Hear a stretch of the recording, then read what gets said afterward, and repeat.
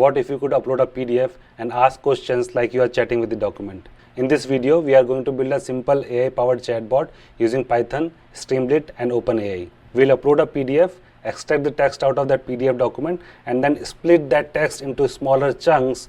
And then based on the user questions, we will search for that relevant part of the PDF and generate the answers with the citation. So before we look into the code, let me show you how our application looks. So this is our application up and running. I'll upload the PDFs from my local disk. So these are the two PDFs I'm going to upload. And now it is trying to split that document and creates the embeddings and then save it in the memory. It has done that. And now if I ask any question about this PDF, let's say if I ask what these PDFs are about. So it is trying to search the relevant information for these PDFs, and it provides the summary of the answer, as well as it provides the context that helps us to verify where this answer came from. And the best part is we'll keep it simple enough for the beginners. The project is intentionally kept very simple. We only have 3 files in the application. One is the app.py file, second is the requirement.txt, and then the .env file. So let's start with the requirements.txt. So this requirement.txt is the file which holds all the dependencies that are required to run this application. So here we have these 5 dependencies. One is the Streamlit. It is the Python framework for developing the web UI. You don't need to have the understanding of the HTML, JavaScript, or CSS. It's like you can write the code in the Python for the web app. And then we have the OpenAI, which is the Python library to interact with the OpenAI API. Then we have the PyPDF to read the PDF document. Then we have Python.net, which is used to load the environment variables into the application. And then NumPy is the Python package to deal with the numerical values within the Python. So now let's go to the .env file. So I created off my .env file as .env.example, where I have 3 variables. One is the OpenAI API key, which holds the API key used to connect to the AI model. So here I have you need to replace this value with the actual API key, and then the model that we are going to use, the OpenAI model, and then the embedding model. So these two you can keep same, but this API key you need to create your own API key in their OpenAI website and then paste it here. I'll share the link in the description where to create that API key. If you want a video on how to generate the OpenAI API key, just drop a comment in the comment section. One thing to note here is never ever check in your .env file to any of the public repos, because there are bots scanning for any exposed public key in any of the public repos. So we have to be very, very careful not to check in those keys in any of the public repos. Now next is the app.py file. This is the main file for our application. So here are the standard imports. First one is the hash lib to create the hash for our PDF file. OS is the one to read the .env file. Then we have NumPy for the numerical calculation, Streamlit for our web app, .env for loading the environment variables into our application, and then OpenAI is the Python package used to interact with the OpenAI API. PyPDF is used to read our PDF file, and then we have the dependency error and PDF read error package for any error that we can encounter during the PDF reading. So the first step is we'll load our environment variables from the .env file, and then we will load those values in these 4 variables. So we are reading this OpenAI model, OpenAI embedding model, and then storing it in the relevant variables. And then we have the max content chunks 5 and min useful text chars 20. I'll explain what these 2 variables are used for in the subsequent section. The flow is really simple. Upload PDF, extract text, split into chunks, create embeddings, retrieve the most relevant chunks, and send those chunks to the OpenAI model for the final answer. We have created a data class called chunks, which has 3 properties. First is the text, which is the actual text of the PDF, and then the page, it is the page number where that text belongs to, and then the source. Source is which PDF this chunk is for, because we can import multiple PDF in this solution. So let me start with the main method, as that is the main entry point for our application. And that is the method which binds everything together. So here is our main method. The first step we are doing is we are setting the title of the page and then setting the icon. And then we have the initialize state method, where we are using the values, for example, this PDF hash, chunks, embeddings, all these we are storing in the Streamlit session state. And then on the sidebar, we are showing what chat model we are using and the embedding model that we are using, as you saw here previously in our sample application. So you see here, this is the chat model and the embedding model, which is coming from here. And then we are using the Streamlit file uploader, and we have set the multiple files upload as true because we want to upload multiple files and query multiple PDF file together. Then we have a simple clear chat button which will clear the messages from the chat. And here what we are doing is we are creating the client for our OpenAI API. If I step inside this method, here you can see I am getting the API key from the environment variable and then calling this OpenAI method to create a client which will connect to the chat model. And if it is not able to create the client due to XYZ reasons, maybe the OpenAI API key is not available, then it will display the appropriate message. One thing you would note here is Streamlit provides all the capabilities to build a web UI. You don't need to have the knowledge of HTML, CSS, JavaScript and all. You can just code in Python and build your web UI. Once the files are uploaded, we create a hash out of these files. Let me step inside this file hash method. So here you can see we are creating the hash from the file name and the content of those files. And then we'll use this hash to determine if these files were uploaded previously or not. If these files are not uploaded, then we call this build index method. Let me step inside this build index method.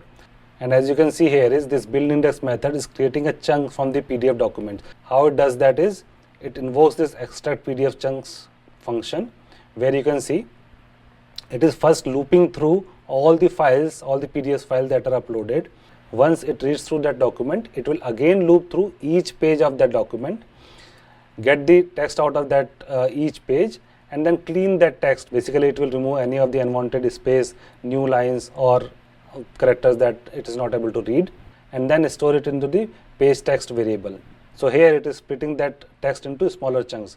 So if I step inside this split text method, so here you can see, so here we are using the chunk size of 1400 and the overlap is 220. This is important because we don't want to send the entire PDF to the model. Instead, we create the smaller searchable piece of knowledge. In simple terms, you can think of the chunks as the smaller paragraphs or sentences that the chatbot can search through. So once these smaller chunks are created, then it stores that in this chunks method here inside the build index method. And once we have these chunks, then we create the embeddings out of these chunks. How we do that is with the help of this embed text method. Let me step inside this. Now the natural question comes, what is an embedding? An embedding is a numerical representation of the meaningful text. It basically converts text into numbers, and these numbers represent the meaning of the text. So if two pieces of text have the same meaning, then their embeddings will be close to each other. So for example, if a PDF talks about the delivery date and if I ask when was the package delivered, then it can search for that specific chunks which is closest in meaning to that question. You don't need to understand all the math behind embeddings. Embedding helps us search by meaning, not by exact words. So here in this line, we are using the embedding model to create the embedding from these smaller chunks. Then with the help of NumPy, we are creating the array out of those embeddings and storing it into the vector array.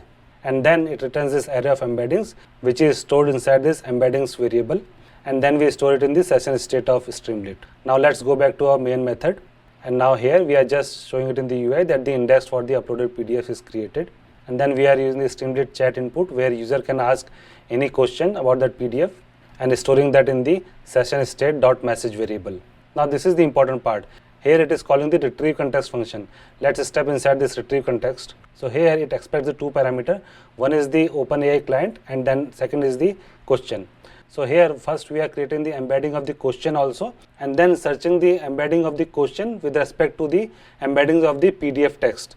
And once the matching embeddings are found, we are just getting the top 5 of those embeddings and storing that in the top indices variable. Now let's go back to our main method again. So once we found the matching embeddings, then we are sending those embeddings, the question and the OpenAPI client to this answer question function. Let's step inside this. So this is the most important part of this application. So here the first step is to set the prompt. The prompt tells the model what role to take. For example, here it is saying that you are a careful PDF question answering assistant, and then it is saying you have to use only the context from the PDF so that it does not hallucinate and try not to guess the answer. The prompt also tells the model to include the citation from the context so that we can tie back the answer to the specific section in the PDF.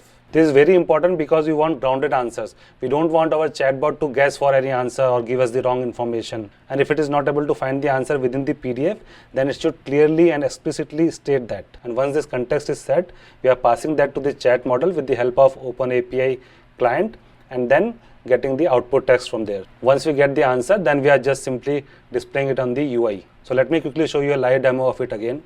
So I'll just run this command, streamlit run app.py, and then it opens it in the browser. Let me upload that file again, these two PDFs.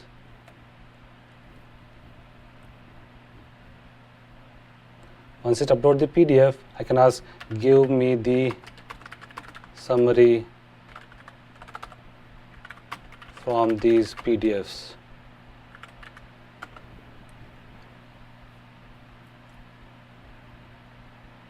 So this is a summary from one of the PDF document, and also it tells me the context from where it gets this information.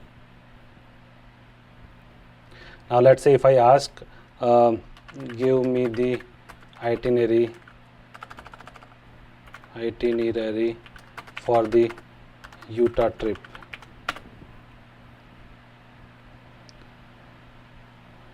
So just trying to search for the answer. So you see my second PDF was regarding the Utah trip, and it clearly tells me the day-by-day itinerary based on the PDF. Now let's say if I ask something which is not present in this two PDF. Let's say if I ask, give me the itinerary for New York.